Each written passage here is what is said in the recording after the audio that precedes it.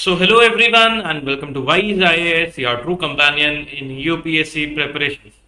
I hope आप polity की series को अच्छे से एंजॉय कर रहे होंगे, अच्छे से पढ़ रहे होंगे। आज का हमारा जो टॉपिक है वो है पंचायती राज और म्यूनिसिपैलिटीज। तो पंचायती राज और म्यूनिसिपैलिटीज का टॉपिक हम शुरू करें, इसके पहले हम ब्रीफ आइडिया लेंगे what is Panchayati Raj and what are the municipalities. Mahatma Gandhi का ये सपना था कि लोकल लेवल के ऊपर भी हमारा सेल्फ गवर्नेंस हो, यानी कि रूरल लेवल के ऊपर भी। और रूरल लेवल का इंडिया वो इंडिया है जहां पर एक्चुअली लोग अपने आप को गवर्न करें, ऐसा उनका सपना था। तो पंचायती राज और म्यूनिसिपैलिटीज एक तरीके से उनका सब सपना सच करने की ओर एक कदम था। रूरल डेवलपमेंट की अगर बात करें तो rural development is one of the main objective of the पंचायती राज, यानी कि पंचायती राज से हम रूरल एरिया में पंचायत के जरिए रूरल एरिया में राज होगा, यानी कि पंचायत वो पीपल होंगे जो कि रूरल एरिया से ही इलेक्ट होंगे। And this has been established in all the states of India except Nagaland, Meghalaya and Mizoram, in all the union territories except Delhi and certain other areas. These areas include the scheduled areas and the tribal areas in the states. तो इनके areas जो दिल्ली के अलावा हर एक territory में इसको लगाया गया, इंप्लीमेंट करा गया। मेघालय, नागालैंड और मिजोरम के अलावा ये सारी स्टेट्स में एप्लीकेबल हुआ। और ये एरियाज कौन कौन से हैं जहां ये एप्लीकेबल हो रहा है? The scheduled areas and the tribal areas in the state, the hill areas of Manipur for which a district council exist. तो मणिपुर के हिली एरियाज जो हैं वहां पर डिस्ट्रिक्ट काउंसिल्स के जरिए ये सिस्टम जो है बनाया गया। Darjeeling district of the West Bengal for which Darjeeling Gorkha hills council exist. तो दार्जिलिंग के लिए गोरखा हिल काउंसिल जो है वो बनाई गई। अब एवेल्युएशन ऑफ पंचायती राज में हम देखेंगे कि ये सिस्टम इवॉल्व कैसे हुआ, ये सिस्टम अपनी होंद में कैसे आया। The Panchayati system in India is not purely a post independence phenomena, यानी कि इंडिपेंडेंस के बाद प्योरली ये नहीं बना, इंडिपेंडेंस के पहले भी कुछ चीजें ऐसी थी जो पंचायती राज की बात कर रही थी। In fact, the dominant political institution in rural area India has been the village panchayat for centuries. Centuries से dominant institution village panchayat ही कर रही थी। In ancient India, panchayats were usually elected councils with executives and judicial powers. तो उस time के पंचायत में executive और judicial powers होती थी। Foreign domination, specially Mughal and British and the natural and forced socio-economic changes had undermined the importance of village panchayats in the pre-independence period. तो independence के period के पहले ही हम पंचायत की इंपॉर्टेंस जो है समझ चुके थे। However, the panchayats were instruments for the dominance of the upper caste over the rest of the village. पर उस टाइम पे पंचायत को एक तरीके से डोमिनेंस इंस्टीट्यूशन यूज करा जाता था, यानी कि ऊपर की कास्ट, अपर कास्ट जो वो समझते थे उस टाइम की, उनका डोमिनेंस बना रहे लोअर कास्ट के ऊपर, which furthered the divide based on either the socio-economic status or the caste hierarchy. और उन पंचायत ने उस टाइम के ऊपर डाइवर्सिफिकेशन करा, इधर वो सोशो इकोनॉमिक हो या फिर caste based. The evaluation of Panchayati Raj system, however, got a flip after the attainment of independence, after the drafting of the constitution. तो कॉन्स्टिट्यूशन के बाद, हमारे आजादी के बाद जब कॉन्स्टिट्यूशन बना और उसके बाद एक फ्लिप मिला, इसको देखने का नजरिया जो है वो बदला। In Article 40 enjoined, the state shall take steps to organize village panchayats and endow them with such powers with authority as may be necessary to enable them to function as units of self government. तो as unit of self government वो काम कर पाए, ऐसा हमारा article 40 में लिखा गया कि हमारे स्टेट जो है, हमारी गवर्नमेंट जो है, हमारा इंडिया जो है, उसमें पंचायत सिस्टम जो है उसकी और कदम उठाने चाहिए कि पंचायत बनाई जाए, तो कि सेल्फ गवर्नेंस का जो प्रिंसिपल है उसको ध्यान में रखा जा सके। There were a number of committees appointed by the government of India to study the implementation of the self-government at the rural level and also recommended steps in achieving the school. Number of committees जो है वो बनाई गई और उनको बोला कि भैया आप बताइए कि हम क्या क्या कदम उठाएं कि हम ये वाला डायरेक्टिव प्रिंसिपल जो है इसको फॉलो कर सकें। और वो वाली कमेटीज कौन कौन सी हुई? Balwant Rai Mehta committee, the very important committee for this topic. Balwant Rai Mehta committee की रिकमेंडेशंस जो हैं या जो कुछ भी इस कमेटी की फाइंडिंग्स वो आपके यूपीएससी पॉइंट ऑफ व्यू से बहुत इंपॉर्टेंट है। अशोक मेहता कमेटी, जीवी राव कमेटी और एल.एम. सिंघवी कमेटी। अब सबसे पहले हम करेंगे बलवंत राय मेहता कमेटी एंड पंचायती राज के बारे में, जो रिकमेंडेशंस थी और जो इन्होंने बताया या जो फाइंडिंग्स करी। The committee was appointed in 1957 to examine and suggest measures for better working of the community development. ये कमेटी बनाई गई थी कि भैया बताइए कम्युनिटी डेवलपमेंट के लिए हम और क्या कर सकते हैं या हम जो कर रहे हैं वो सही कर रहे हैं या नहीं कर रहे हैं। Programme and the national extension services. The committee suggested the establishment of a democratic, decentralized local government which came to be known as panchayat. इस कमेटी ने बताया कि भैया आप एक सेल्फ गवर्नमेंट जो है लोकल लेवल पे बनाइए जिसको हम बोलेंगे सेल्फ गवर्नमेंट या फिर पंचायत। अब रिकमेंडेशंस बाय द कमेटी में देखेंगे 3 tier panchayat system. 3 tier system बनाए जिसमें पंचायत आएंगी, ग्राम पंचायत आएंगी, सबसे पहले आएंगी ग्राम पंचायत, फिर पंचायत समिति और फिर जिला परिषद। That is in hierarchy. Directly elected representatives to constitute the Gram Panchayat and indirectly representatives to constitute the Panchayat Samiti और जिला परिषद। यानी कि ग्राम पंचायत में आप डायरेक्टली इलेक्ट करके लोगों को भेजिए और जिला परिषद जो है और पंचायत समिति जो है वो इनडायरेक्टली इलेक्टेड पर्सन्स होंगे वहां। Planning and development are the primary objectives of the Panchayati Raj system. तो प्लानिंग और डेवलपमेंट जो है इनका सबसे पहला मकसद होगा। Panchayat samiti should be the executive body and zila parishad will act as the advisory and supervisory body. यानी कि एक एग्जीक्यूटिव बॉडी होगी और एक एडवाइजरी बॉडी होगी। एक बॉडी होगी काम करने के लिए और दूसरी बॉडी इसलिए बना रहे हैं जो कि एडवाइज करेंगी। District collector to be made the chairman of the जिला परिषद। तो डीसी साहब जो होंगे जिले के उनको चेयरमैन बना दिया जाएगा जिला परिषद का। It also requested for the provisioning resources so as to help them discharge their duties and responsibilities।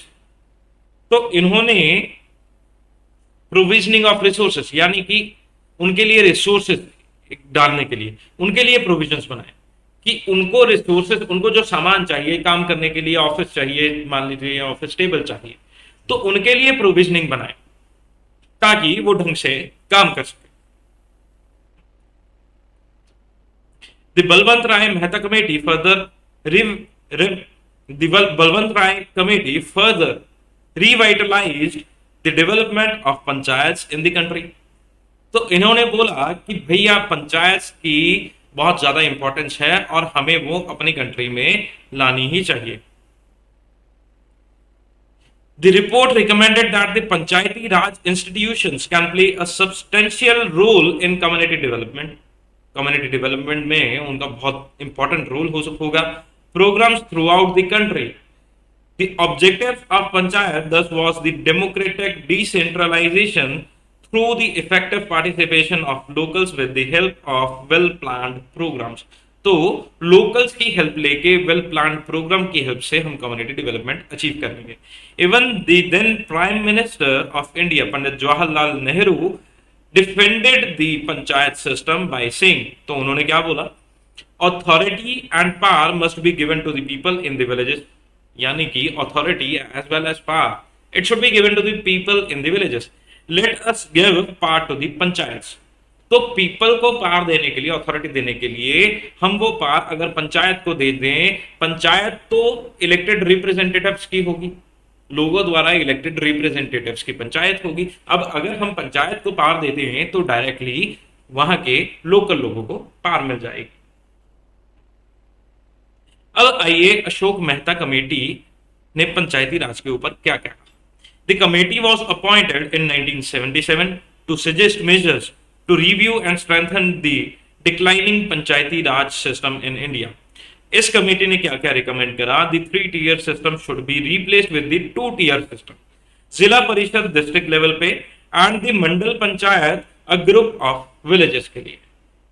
तो इन्होंने बोला कि भैया जो 3 tier सिस्टम आप चला रहे हो उसको आप 2 tier में बदल दीजिए। District level as the first of the supervision after the state level. तो स्टेट के बाद डिस्ट्रिक्ट लेवल होगा जो कि सुपरवाइज करेगा अपने अंदर के जो समिति आ रही है। जिला परिषद should be executive body and responsible for the planning of the district level. जिला परिषद डिस्ट्रिक्ट लेवल पे काम करेगा। The institution Zila Parishad and Mandal Panchayat to have compulsory taxation pass to mobilise their own financial resources. इनके पास टैक्सेशन अगर पार हो जाएगी तो ये अपने रिसोर्सेज जो हैं उसको मोबिलाइज कर पाएंगे। अब आइए जीबी राव कमेटी पे। The committee was appointed by the Planning Commission in 1985. It recognized that the development was not seen at a grassroots level due to the bureaucratization resulting in Panchayati Raj institution being addressed as grass without roots. Hence, it made some key recommendations which are as follow. यानी कि भैया हम अफसर appoint करके select करके ऊपर से भेज रहे हैं तो ब्यूरोक्रेटाइजेशन यहां हो रही है। यानी कि आपके नुमाइंदे सिलेक्ट करके तो आप भेज रहे हो पर हमारा जो इंटरेस्ट है वो तो हमारे लोग ही भैया हम रिप्रेजेंट कर सकते हैं। तो इसको सही करने के लिए पंचायत की इंपॉर्टेंस के ऊपर इन्होंने रिकमेंडेशंस दी। Zila Parishad to be the most important body in the scheme of democratic decentralisation. Zila Parishad decentralisation यानी डिसेंट्रलाइजेशन वो होता है यानी कि जब मान लीजिए सेंट्रलाइजेशन की पार एक जगह इकट्ठी है और वो यूनिट जो है वो पार एक्सरसाइज कर रहा है। डिसेंट्रलाइजेशन मतलब उस यूनिट ने पार अपने नीचे के यूनिट्स को दे दी, डेलीगेट कर दी, अपनी अथॉरिटी अपनी पार डेलीगेट कर दी, उसको हम कहते हैं डिसेंट्रलाइजेशन। तो जिला परिषद का डिसेंट्रलाइजेशन में बहुत इंपॉर्टेंट रोल होगा। The district and the lower level of Panchayati Raj system to be assigned with specific planning, implementation and monitoring of the rural development programs. तो डिस्ट्रिक्ट और lower level of Panchayati Raj system जो होंगे इनका development programmes में like की planning, implementation और monitoring of rural development. कोई भी रूरल डेवलपमेंट प्रोग्राम होंगे उसको प्लान करना, उसको इंप्लीमेंट करना, उसमें इनका बहुत इंपॉर्टेंट रोल होगा। Post of district development commissioner to be created. He will be the chief executive officer of the Zilla Parishad. Elections to the level of Panchayati Raj system should be held regularly. तो पंचायती राज system के level पे election जो है regularly hold किए जाएंगे।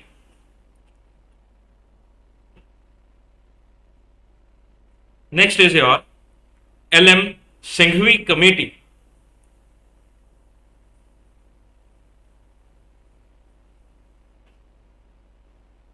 The committee was appointed by the government of India in 1986. तो 1986 में ये कमेटी अपॉइंट करी गई with the main objective to recommend steps to revitalise the पंचायती राज। इसकी इंपॉर्टेंस को दोबारा रिवाइव करने के लिए ये कमेटी बनाई गई थी। For the democracy and development the following recommendations were made by the committee. तो बेसिकली आपको रिकमेंडेशंस एक बार में ध्यान में रखनी है कि किस कमेटी ने क्या क्या रिकमेंड करा था। The committee recommended that the Panchayati Raj system should be constitutionally recognized. It also recommended constitutional provisions to recognize free and fair elections for the Panchayati Raj system. तो constitutionally recognize करा जाए पंचायती राज system को, ऐसा इस committee ने बोला। The committee recommended reorganization of villages to make the gram panchayat more viable. तो villages जो हैं उनको रीऑर्गेनाइज करा जाए ताकि ये सिस्टम इफेक्टिव हो जाए। It recommended that the village panchayat should have more finances for their activities. तो फाइनेंस तो भैया is the life blood of any activity. तो विलेज पंचायत के पास फाइनेंस बहुत जरूरी रहेगा उनकी एक्टिविटीज के लिए. Judicial tribunals to be set up in each state to adjudicate matters relating to the elections to the panchayati raj institutions and other matters relating to the functioning. तो यहाँ tribunals जो हैं वो सेटअप करी जाएं जो इन इसके मसले पंचायती राज सिस्टम के जो इलेक्शंस के मसले हैं वहां चलेंगे. All these things further the argument that panchayats can be very effective in identifying and solving the local problems, involve the people in the villages in the development activities, improve the communication between the different levels at which politics operate, develop leadership skills, and in short, help the basic development in the states without making too many structural changes. Rajasthan and Andhra Pradesh were the first to adopt Panchayati Raj in 1959. Other states followed later. So, to conclude, very simply, we can say this.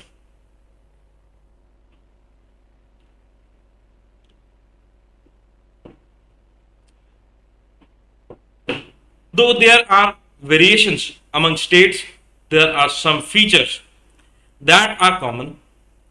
तो अगर states में variation है पर कुछ चीजें हैं जो कि स्टेट्स में कॉमन है. In most of the states, for example, a 3-tier structure including the panchayats at the village level, panchayat samiti at the block level, and zilla parishads at the district level has been institutionalized. तो कुछ states में 3-tier structure बनाया गया पंचायत का. Village level के ऊपर पंचायत समिति बनाई गई, ब्लॉक लेवल के ऊपर जिला परिषद बनाया गया, और डिस्ट्रिक्ट लेवल के ऊपर पंचायत विलेजेस लेवल के ऊपर जो आपकी पंचायत समिति है, विलेजेस लेवल के ऊपर आपकी पंचायत आई, और उसके ऊपर जिला लेवल के ऊपर, ब्लॉक लेवल के ऊपर, आई रिपीट, विलेज लेवल के ऊपर आपकी पंचायत आई. देन उसके ऊपर ब्लॉक लेवल, जब block of villages, multiple number of villages, उसमें आपकी पंचायत समिति आई. पहले पंचायत, फिर पंचायत समिति, और उसके ऊपर जिला परिषद. जिला परिषद इज फॉर डिस्ट्रिक्ट, पंचायत समिति is a group of villages for the group of villages, and your panchayat is for a single village. Due to the sustained effort of the civil society organization, intellectual and progressive political leaders, the parliament passed 2 amendments to the constitution. तो हमारे constitution में 2 amendments लाई गई, the 73rd constitutional amendment और 74th constitutional amendment. 73rd amendment लाई गई rural local bodies के लिए, जिसको हम पंचायत कहते हैं, और 74th अमेंडमेंट लाई गई अर्बन लोकल बॉडीज के लिए, जिसको हम म्युनिसिपैलिटी कहते हैं, making them institutions of self government. Within a year, all the states passed their own acts in conformity for the amendment of the constitutional provisions. तो basically 73rd और 74th constitutional amendment act इसके लिए लाए गए.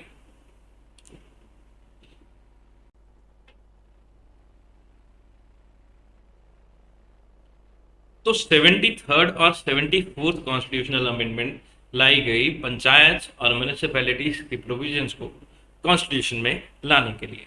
हम अब देखेंगे कि क्या क्या प्रोविजंस जो हैं, क्या क्या फीचर्स जो हैं इन अमेंडमेंट्स के रहे. 73rd कॉन्स्टिट्यूशनल अमेंडमेंट जो है ग्राम सभा की बात करेगी. ग्राम सभा is the primary body of the Panchayati Raj system. It is a village assembly. तो विलेज की असेंबली है, consisting of all the registered voters with in the area of panchayat, जो कि सारे के सारे रजिस्टर्ड वोटर्स को कंसिस्ट करेगी पंचायत के एरिया में. It will exercise powers and perform such functions as determined by the state legislature. तो स्टेट लेजिस्लेचर बताएगी क्या इनकी पावर्स क्या होंगी और इनके फंक्शंस क्या होंगे. 3-tier सिस्टम जो है वो लाया गया. The Act provide for the establishment of 3-tier system of Panchayat Raj in the states, villages, intermediate and district level.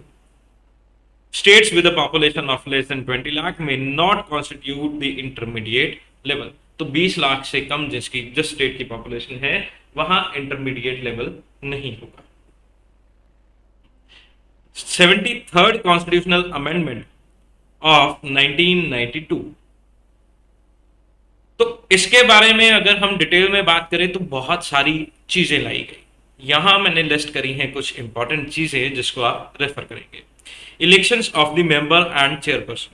The members to all the levels of Panchayati Raj and are elected directly, and the chairpersons to be intermediate and district level are elected indirectly.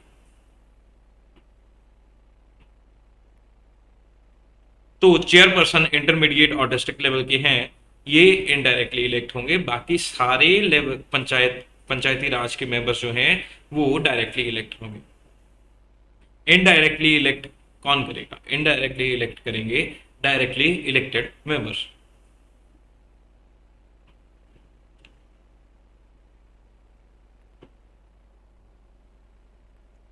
Reservation of seats.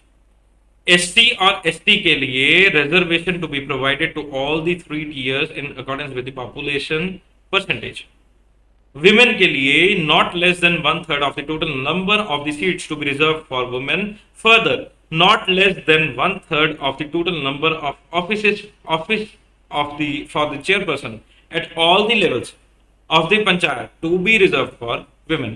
तो women को अच्छे से representation देने के लिए इसमें reservation का provision भी रखा गया. The state legislature are also given the provisions to decide on the reservation of seats in any level of panchayat or office of chairperson in favor of backward classes. तो backward classes के लिए भी जो है reservation रख सकते हैं. Duration क्या रहेगी? The act provides for a 5-year term of the office to all the levels of the panchayat. तो टर्म जो है वो 5 साल का रहेगा.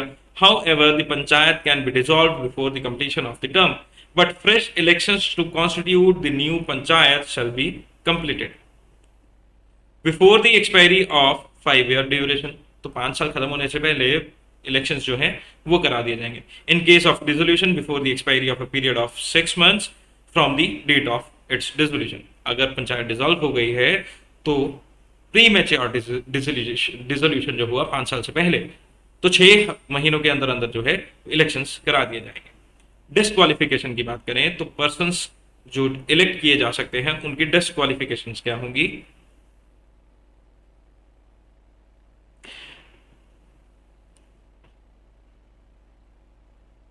A person shall be disqualified for being chosen as the member of the panchayat if he is so disqualified under any law for the time in force. किसी law ने declare कर दिया, किसी कोर्ट ने डिक्लेयर कर दिया कि elections नहीं लड़ सकते, किसी लेजिस्लेचर के लॉ ने डिक्लेयर करा.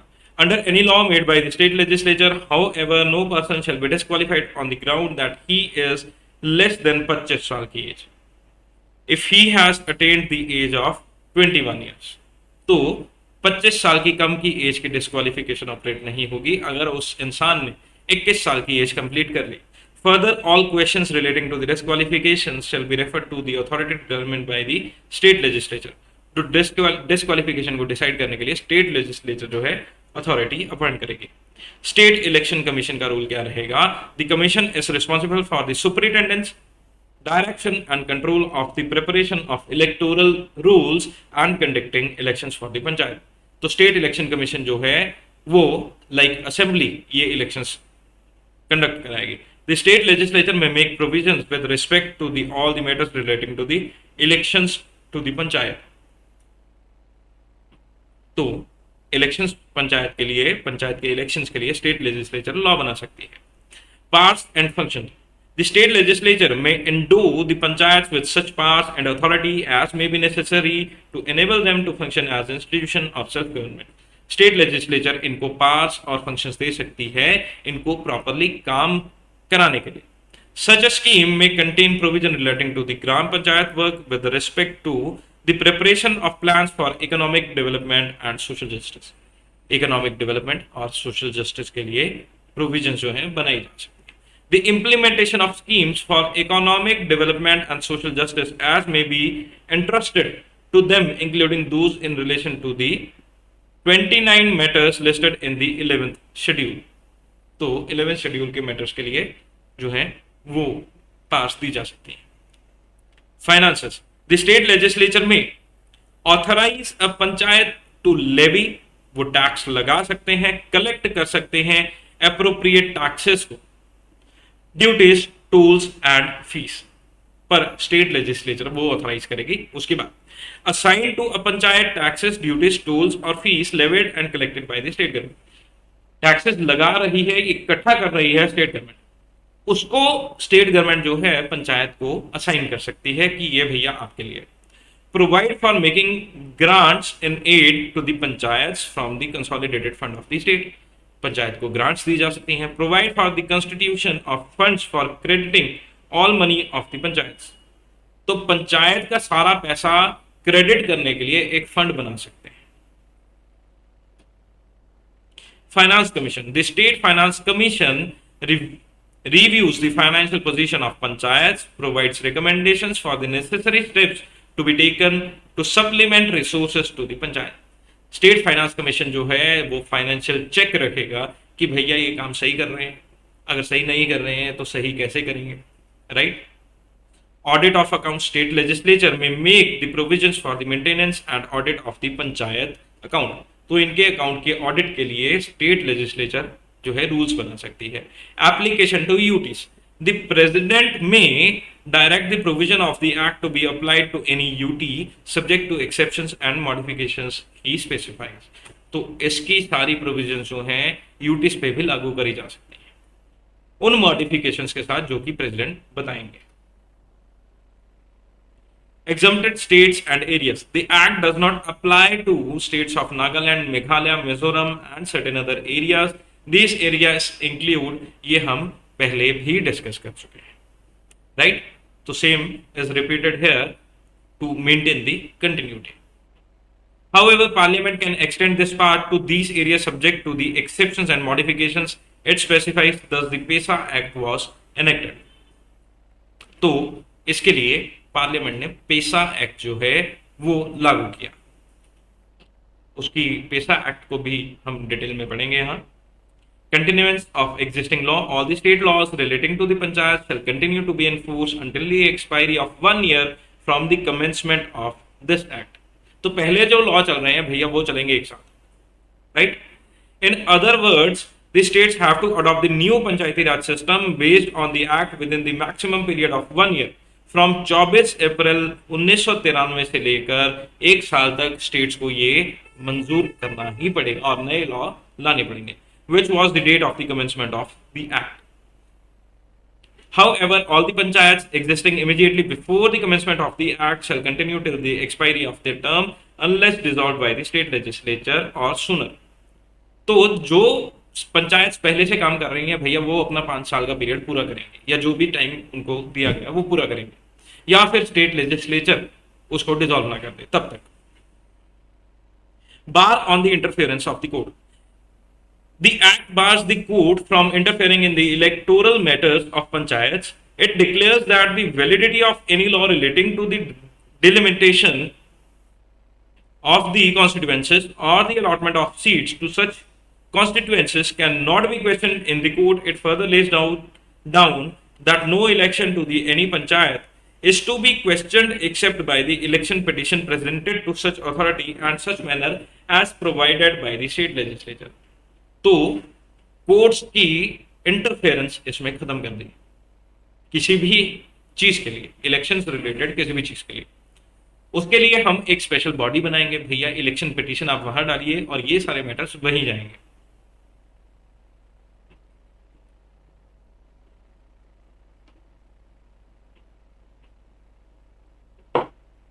अब हम पढ़ेंगे इसका significance, what is the importance of this 73rd constitutional amendment. The act added part 9 in the constitution, the panchayats, and also added 11th schedule which consists of the 29 functional items of the panchayat. Part 9 of the constitution contains article 243 से लेकर article 243 O तक। The amendment act provides shape to article 40 of the constitution.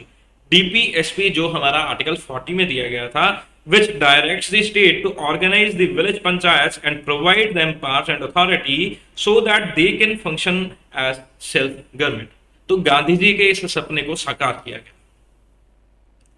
With the act, Panchayati Raj system come under the purview of the justicable part of the constitution and mandates states to adopt the system.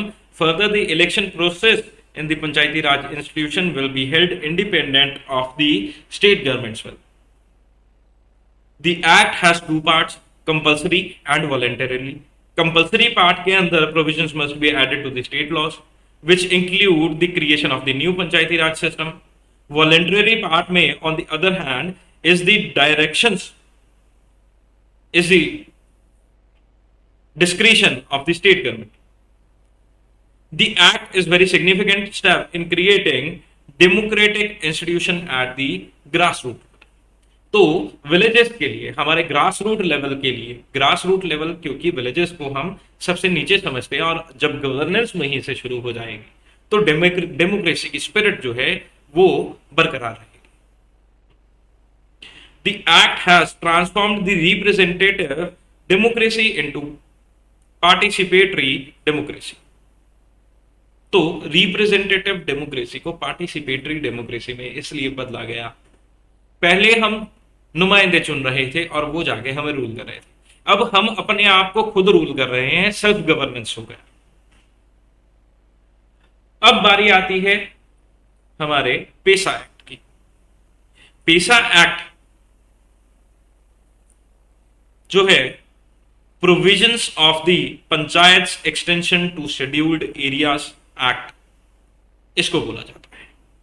It is the provisions of panchayat extension to the scheduled area act। The provision of part 9 are not applicable to the 5th scheduled areas। The parliament can extend the part to such areas with modification and exceptions। तो as it may specify under these provisions, parliament ने enact किया पेसा। objectives क्या है पेसा act? To extend the provision of part 9 to the scheduled areas, right? To provide self rule for the tribal population। scheduled areas में tribal population के लिए self governance लाया। To have village governance with participatory democracy। To evolve participatory governance consistent with the traditional practices। To preserve and safeguard traditions and custom of tribal population। तो tribals के relation में हम ये सब कुछ देख रहे हैं, तो उनका हर एक चीज प्रोटेक्टेड रहे। To empower panchayat with power conductive to tribal requirements.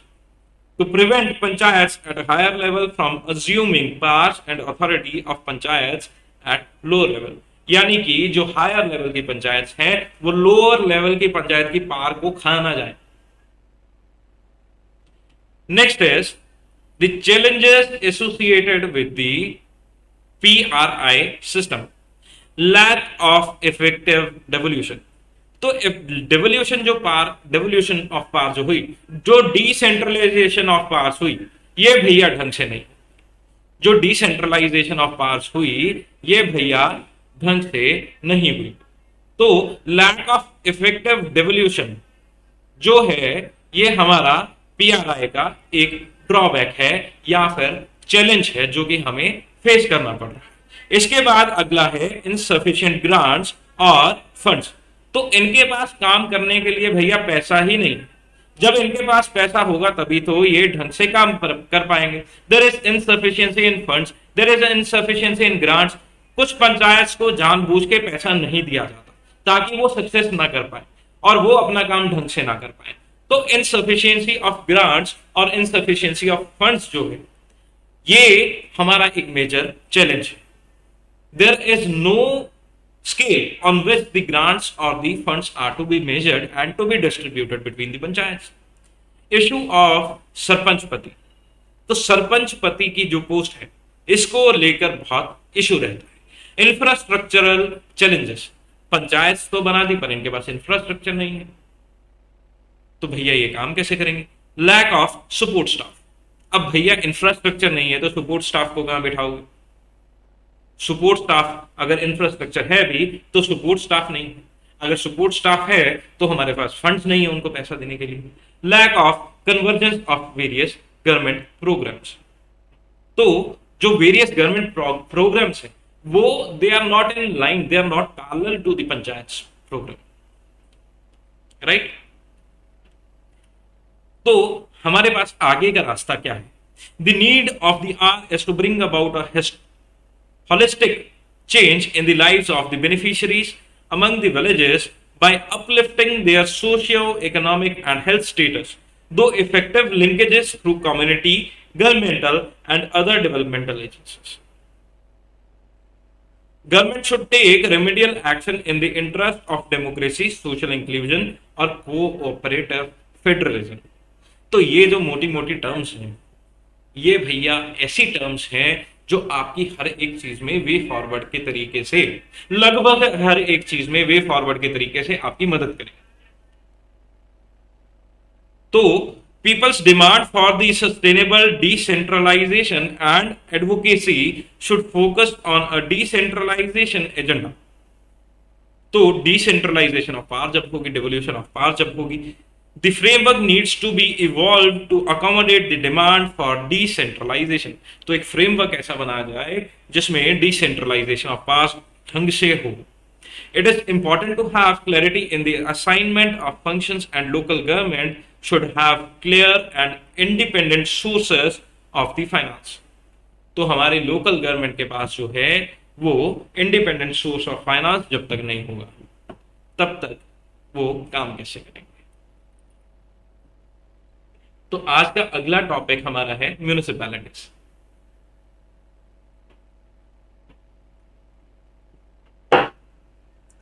Article 243 से लेकर 243 तक द सिस्टम ऑफ म्यूनिसिपैलिटीज और अर्बन लोकल गवर्नमेंट। अब जिस तरीके से हमने रूरल लोकल गवर्नमेंट बनाया उसी तरीके से हमारे अर्बन एरियाज के लिए municipalities was constitutionalised through the 74th constitutional amendment of 1992. The provisions in the amendment are included in Part 9A, which come into force on June 1, 1993. Therefore, it gave a constitutional foundation to the local self-government units in the urban areas. तो urban areas में local self-government units बना दिए गए। 74th constitutional amendment जो है provides for a basic framework of decentralization of powers and authorities to the municipal bodies at different levels. However, responsibility for giving it a practical shape rests with the states. तो एक state subject होने के लिए ये state की responsibility बन जाती है इसको प्रैक्टिकली रूप में लाने की। The term urban local government in India signifies the governance of an urban area by the people through their elected representatives. The jurisdiction of an urban local government is limited to a specific urban area. इसका jurisdiction सिर्फ वो area रहेगा, which is demarcated for the purpose, for this purpose by the state government. Demarcated, which is demarcated for this purpose by the state government. तो इसका रूपरेखा जो है state government तैयार करेगा। 74th कॉन्स्टिट्यूशनल अमेंडमेंट के फीचर्स की अगर बात करें, the 74th amendment act has added a new part 9A in the constitution of India. The part is entitled as the municipalities and consist the provision from article 243P से लेकर 243ZG तक।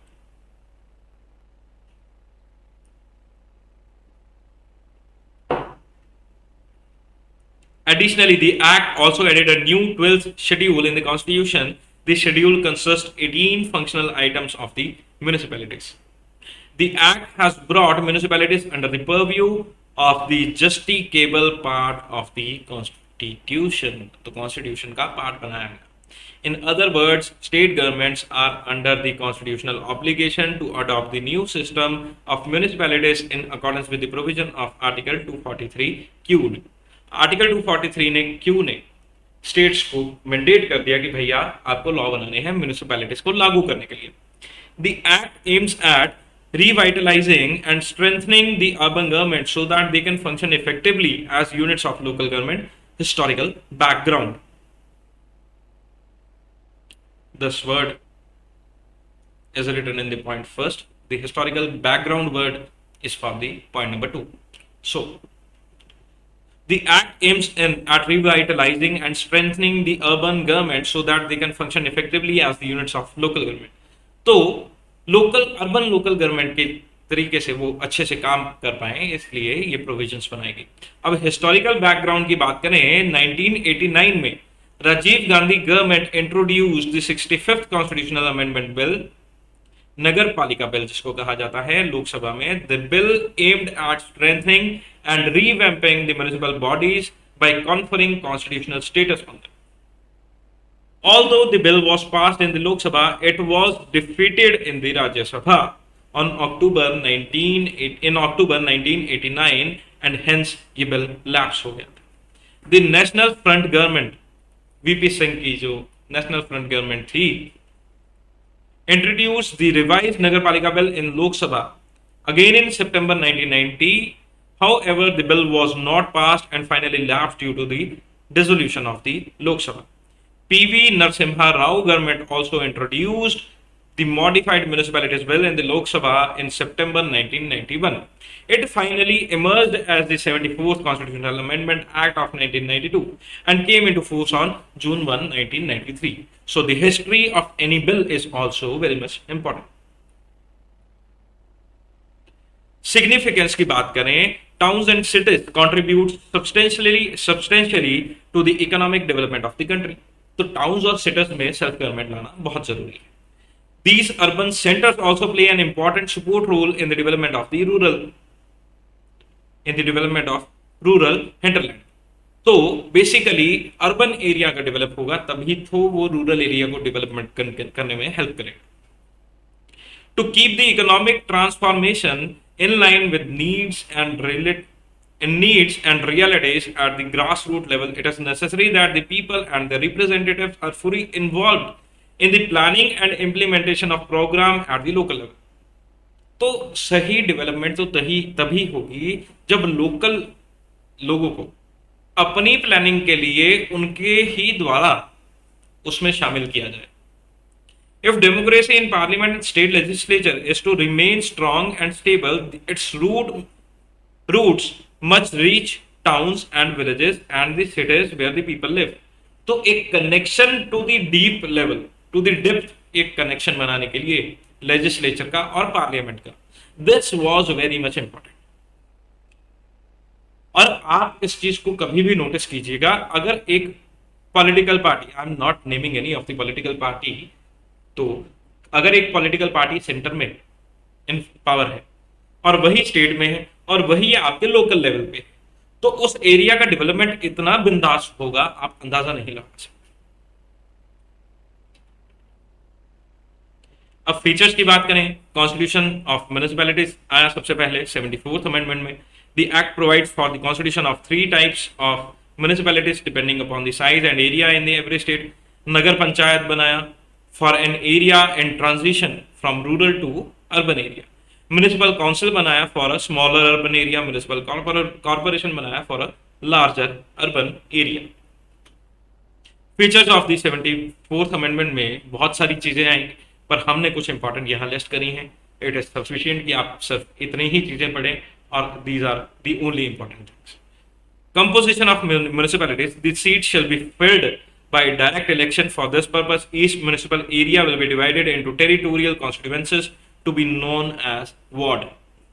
तो जो हमारे MC इलेक्ट होते हैं, municipal counsellor जो होते हैं, वो हमारे वार्ड्स बना दिए जाते हैं हमारे एरिया को, और हर वार्ड से एक काउंसलर चुन लिया जाता है. The state legislature may provide the manner of election of the chairperson of the municipality. तो स्टेट लेजिस्लेचर बनाएगी कि चेयरमैन कैसे अपॉइंट होंगे। कंपोजिशन क्या रहेगी? It may also provide for the representation of the following persons in a municipality, persons having special knowledge and experience in the municipal administration without the right to vote in the meetings of the municipality। कुछ special knowledge वाले इंसान इसमें भाग ले सकेंगे पर उनके पास right to vote नहीं होगा। The members of the Lok Sabha and the state legislature assembly representing constituencies that comprise Holi और पार्टली द म्युनिसिपल एरिया। तो म्युनिसिपल एरिया से जो हमारे एमएलए होंगे वो। The members of the Rajya Sabha and the state legislative council registered as elector within the municipal areas। तो राज्यसभा से members जो हैं या स्टेट लेजिस्लेचर से जो लेजिस्लेटिव काउंसिल जिससे जो मेंबर है जो कि एज एन इलेक्टर वहां से उस एरिया से रजिस्टर्ड है, वो the chairperson of the committee other than the ward committees. Constitution of ward committee बनाई जाएगी। This provides for the constitution of a ward committee in all the municipalities with a population of 3 lakh या उससे ज्यादा की जहां population होगी वहां ward committee बना दी जाएगी। अब reservation of seats, the act provide for the reservation of seat for the scheduled caste and the scheduled tribes in every municipality in the proportion of their population in the total population in the municipal area। तो उनके population के आधार पे उनको reservation मिलेगा। Further, it provides for the reservation of not less than 1/3 of the total number of seats for women। 1/3 से कम नहीं होना चाहिए, 1/3 मिनिमम उनका रिजर्वेशन रहेगा विमेन का, including the number of the seats reserve for the women belonging to the SCs and ST। The state legislature may provide for the manner of reservation of offices of the chairperson in the municipalities for SC or ST or women के लिए। It may also make any provision for the reservation of seats in any municipality or offices of the chairperson in municipalities in the favor of backward classes। तो backward classes के लिए भी ये reservation rules बना सकते हैं। Duration क्या रहेगी? The municipality has the fixed term of 5 years from the date of appointment of its first meeting। Elections to constitute a municipality are required to be completed before the expiration of duration of municipality। तो 5 साल से पहले election कराने होंगे। If the municipality is dissolved before the expiry of 5 years, the elections for constituting a new municipality are required to be completed within a period of 6 महीने। Likewise हमने पंचायत में करा था, तो 6 महीने अगर डिसॉल्व हो गया म्यूनिसिपैलिटी पहले ही तो अगले 6 महीने के अंदर अंदर इलेक्शंस कराने होंगे। अब उसके बाद parts and functions of the municipality में हम देखेंगे क्या इनकी पार्ट्स हैं और इनके फंक्शंस क्या हैं। All the municipalities would be empowered with such powers and responsibilities as may be necessary to enable them to function as an effective institution of self government. तो इनको उतनी पावर दे दी जाएगी जो कि इनको सेल्फ गवर्नमेंट के एक तरीके से काम करने के लिए जरूरी है। The state legislature may by law specify that what powers and responsibilities would be given to the municipality in respect of preparation of plans for economic development and social justice and for implementation of schemes as may be entrusted to them। तो state government by law बता देगी कि भैया तुम्हें क्या क्या power हम देंगे। An illustrative list of functions that may be entrusted to the municipalities has been incorporated in the 12th schedule of the constitution। तो एक एग्जांपल के तौर पे एक लिस्ट कॉन्स्टिट्यूशन में दे दी गई। Finance of the municipality, it has been left on the legislature of the state to specify the law matters relating to the imposition of taxes. Such law में स्पेसिफाई, ये लॉ बना सकते हैं कि इनके फाइनेंसेस के बारे में, और ये लॉ क्या क्या कहेंगे? Taxes, duties, fees etcetera which could be levied and collected by the municipality. Municipality कौन कौन से टैक्स लगा सकती है और कलेक्ट कर सकती है as per the procedure to be laid down by the state law. तो स्टेट बताएगी क्या उसका लेवी करने का और कलेक्ट करने का प्रोसीजर भी क्या होगा। Taxes, duties, fees etcetera which would be levied and collected by the state government, और जो कि शेयर कर दी जाएगी या पास कर दी जाएगी म्युनिसिपैलिटीज को। ग्रांट्स एंड एड जो कि म्युनिसिपैलिटीज को दी जा सकती है। कॉन्स्टिट्यूशन ऑफ फंड, एक फंड बना दिया जाएगा जो कि उनके क्रेडिट ट्रांजेक्शन जहां आएंगे और जहां से विड्रॉ किया जाएगा पैसा। Elections to municipalities, the superintendence, direction and control of the preparation of the electoral rules for the conduct of all the elections of the panchayat and municipalities, ये है स्टेट इलेक्शन कमीशन के पास। Audit of accounts, the maintenance of the accounts of the municipalities and other audits shall be done by the in accordance with the provisions in the state law. The state legislature will be free to make appropriate provisions in this regard. तो state law बनाएगी या state provisions बताएगी कि भैया इनका audit of accounts कैसे होगा, dependent upon the local needs and institutional framework. वो बताएगी कि भैया हर एक जगह की रिक्वायरमेंट अलग है और उस रिक्वायरमेंट को ध्यान में रखते हुए वहां के लॉज, रूल्स और रेगुलेशंस बनाए जाएंगे. Committee for district planning. अब कमेटी फॉर डिस्ट्रिक्ट प्लानिंग की बात करें, every state shall consist at the district level a district planning committee to consolidate the plans prepared by the panchayat and municipalities in the district. तो एक district planning committee बनाई जाएगी district level के ऊपर, जो कि प्रिपेयर करेगी draft development plan for the district as a whole. Panchayat और म्युनिसिपैलिटीज के सारे जो काम है उनको मद्देनजर रखते हैं. Planning and allocation of resources at the district level for the Panchayati Raj institution and normally to be done by the जिला परिषद. तो जिला परिषद या पंचायती राज के द्वारा जो सांझे काम किए जाने हैं उनके ऊपर भी ध्यान रखा जाएगा. Metropolitan planning committee. Every metropolitan area shall have a metropolitan planning committee to prepare a draft development plan. तो metropolitan areas के लिए metropolitan planning committee बनाई जाएगी. अब types of urban government कौन कौन सी हैं? The following 8 types of urban local bodies are created in India for the administration of urban areas. सबसे पहले तो म्युनिसिपल कॉर्पोरेशन, फिर municipality, notified area committee, town area committee, cantonment boards, township, port trust, special purpose agency. अब इनका revenue कहां कहां से आएगा? टैक्स रेवेन्यू होता है, नॉन टैक्स रेवेन्यू होगा, ग्रांट्स आएंगे, डेवोल्यूशन होंगे, लोन्स होंगे. तो इस तरीके से इनके ये सोर्सेस ऑफ रेवेन्यू. तो आपके मेंस पॉइंट ऑफ व्यू के लिए ये क्वेश्चंस जो हैं मैंने लिस्ट डाउन करे हैं. You can go through these questions and अगर आपने ये लेक्चर अच्छे से समझा है, you are able to answer each and every question very clearly. Under which list of the subject of local government is enrolled? तो it is a state subject. Who is the father of Panchayati Raj? Balwant Rai Mehta committee के बारे में हमने सुना था, जहां से इसकी बात शुरू हुई. तो उसके बारे में, उसके रिकमेंडेशंस के बारे में. तो ये क्वेश्चंस जो हैं, you can buckle up these questions, right. तो एक पूरा क्वेश्चन, फुल फ्लेज्ड क्वेश्चन बनाने के लिए these questions could be buckle up. Who is the what is the importance of Panchayati Raj? Significance देखा हमने अच्छे से. What is the significance of Panchayati Raj? Which state in India has no Panchayati Raj institution? तो किस state में पंचायती राज इंस्टीट्यूशन नहीं है, हमने देखा था. What are the features of Panchayati Raj? Significance भी लिख दो, इसमें इंपॉर्टेंस भी लिख दो, इसमें सब कुछ लिख दो. सारे के सारे आदि features of Panchayati Raj. For your prelims point of view, consider the following statement. A panchayat elected in a place of a dissolved one does not enjoy the full period but remains in office for the remaining period after the dissolution. The second is, in panchayats, seats are reserved for scheduled caste, scheduled tribes and women but not for the backward classes of citizens.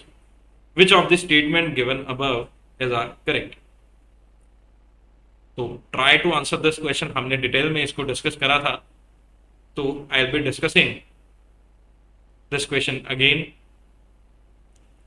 हमने देखा था कि पंचायत में seats जो हैं वो reserve करी जाती हैं एससीज के लिए, एसटीज के लिए और बैकवर्ड क्लासेस के लिए जो रिजर्वेशन है उसके बारे में भी हमने डिस्कस करा था. अब panchayat elected in the place of a dissolved one. एक पंचायत डिसॉल्व हो गई और उसकी प्लेस पे नया पंचायत जो है वो इलेक्ट कर दिया गया. Does not enjoy the full period but remain in office for the remaining period after the dissolution. तो भैया हमने नया पंचायत तो इलेक्ट कर ही लिया है, वो थ्रू इलेक्शन आया है, हमने नॉमिनेट नहीं ना किया. तो both of the statement are incorrect. The option is option number D, neither one nor two. 73rd Amendment to the Constitution of India provides for 2 tiers of Panchayati Raj institution at the village and district level, 2 tiers of Panchayati Raj institution at the village and block level, 2 tiers of Panchayati Raj institution at the block and district level, 3 tiers of Panchayati Raj institution at village, block and district level. So the correct option is very clear, the option D. So I hope आज का भी topic हमने बहुत सारी चीज cover करी और इसलिए आज का टॉपिक थोड़ा फास्ट भी रहा. आई होप कि जितना पढ़ा, जो पढ़ा, is very much clear to you. Everything is very much crisp and clear. एक बहुत छोटा सा टॉपिक था और 2 टॉपिक्स को हमने एक ही लेक्चर में डिस्कस करा है. That is your Panchayati Raj and municipalities. इसको एक लेक्चर में डिस्कस करने का मकसद ये था, ये दोनों ही टॉपिक जो है ये बहुत सिमिलर है और दोनों में से कई बार एक साथ क्वेश्चन आता है. इसलिए मेरा मकसद ये था कि एक ही लेक्चर में इसको डिस्कस करा जाए और उतना ही हम डिस्कस करें जो कि रेलिवेंट है. हमने सारी रेलिवेंट चीजें डिस्कस करी हैं. तो this was all for today's lecture. This was all for your Panchayati Raj and municipalities. See you in the next lecture. Till then take care. Bye bye. Thank you.